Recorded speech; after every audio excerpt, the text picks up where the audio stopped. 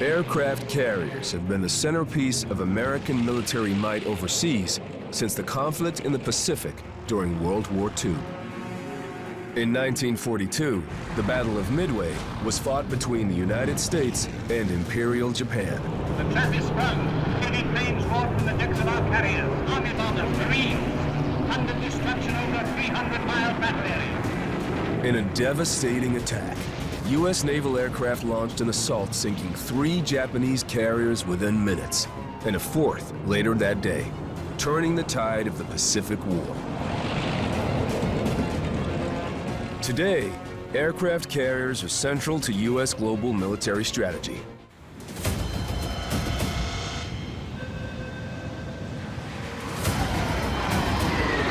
Look up that carrier at the approach end. In heading 141.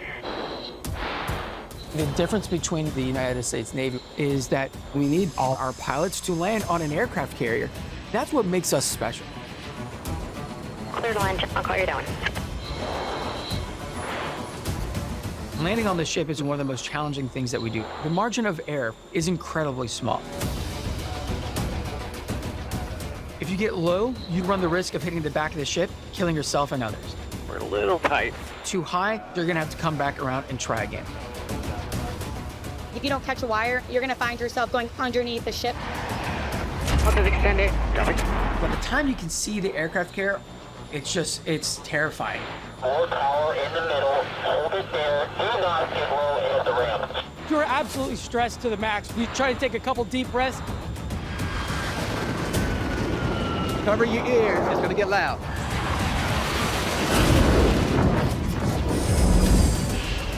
You feel the hook grab the wires, that rapid, aggressive deceleration. Division, safe on deck. Feel the satisfaction of the hook grabbing one of the wires. The adrenaline is absolutely pumping. Your knees are shaking, your arms are shaking, and then you gotta get your hook up and get gas and get ready to go again.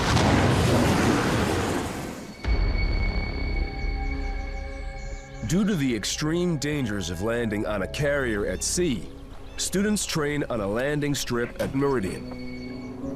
What you're going to see on the runway is a painted aircraft carrier box.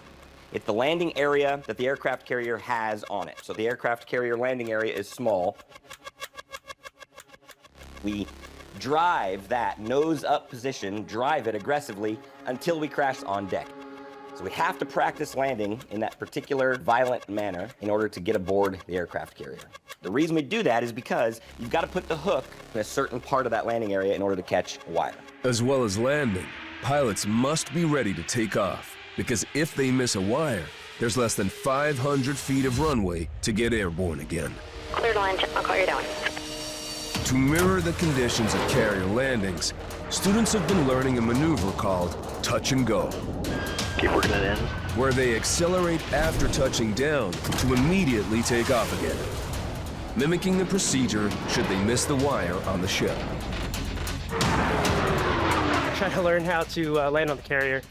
Landing on the wire is difficult. See those Navy-style landings?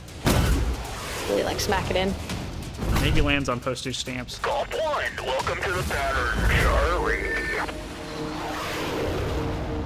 To pass, students must show improvement over 13 flights, each one consisting of 6 touch-and-go landings. I've done 30 landings in the past 24 hours, so I'm a little fatigued. I'm fatigued. What differentiates us from the Air Force is landing on the boat. So CQ is all about doing what the Navy does.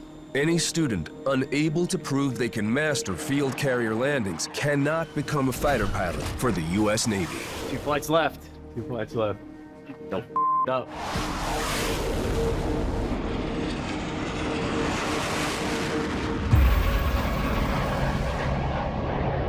Tango 5, a beam.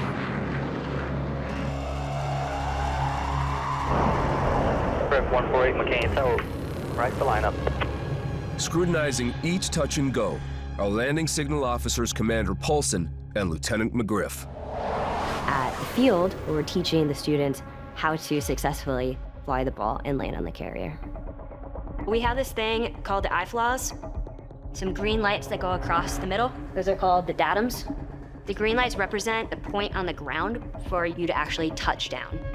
When coming in to land, the students are targeting an amber light called the ball. When the amber light is parallel with the strip of green lights, the aircraft is on the correct glide slope to catch an arresting wire on the carrier. If the ball drifts above the green line, the aircraft is coming in too high, missing the wire completely. But if the ball drops below, the aircraft is too low. And if this was a carrier, the pilot would risk crashing into the stern of the ship. Way left, bow deck. 148, golf hawk ball, 2.5, golf 1. Roger ball. Roger ball is a way that establishes two-way communication. It's in response to the pilot calling the fact that they do, in fact, see the ball, and we're acknowledging, okay, you got the ball, you're cleared to continue flying it. Each flight, they'll do 6 touch and goes. What we're really looking for is an improving trend. So they're getting better both in that period itself and then overall during the phase.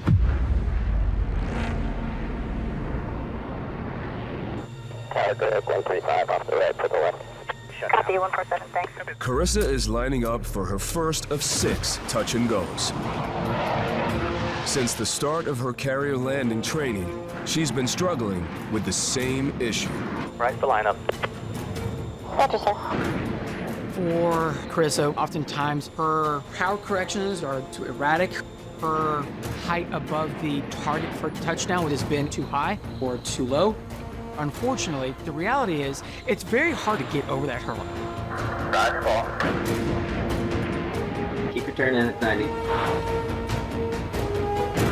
Your high coming down.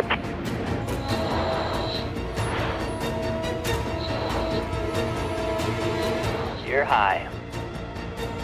Work it down. Keep working it down. You're low.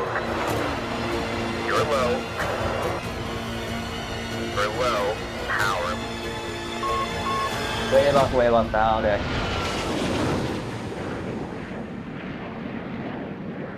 She didn't add enough power on her lineup correction and she got below glide slope before I waved her off there. If she'd continued that approach on an actual carrier, Carissa would have crashed into the stern of the ship.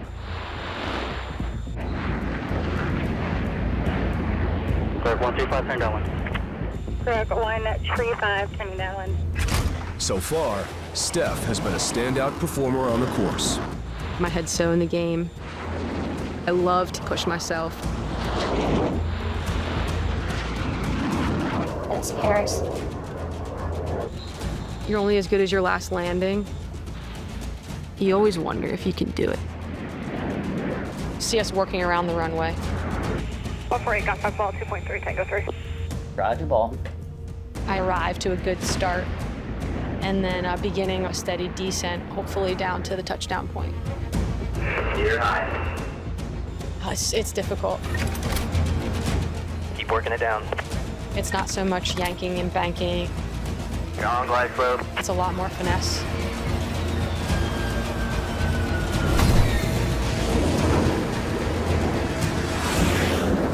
She showed up pretty high. She handled it well, working it back down to glide slope. But obviously we don't want to get ourselves that high in the first place. But she handled it well. It wasn't a perfect landing, but on an aircraft carrier, Steph would have successfully caught the wire.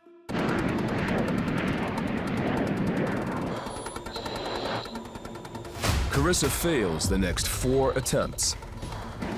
Now, she has just 1 landing left today. Roger ball. Right the lineup. Little power.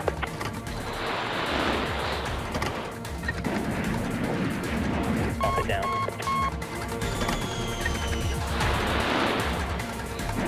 Power.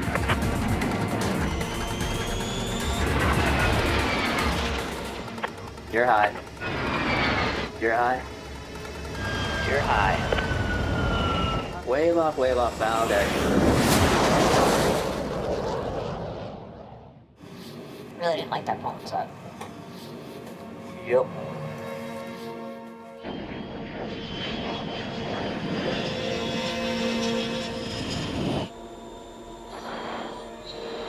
Carissa's approach was too high.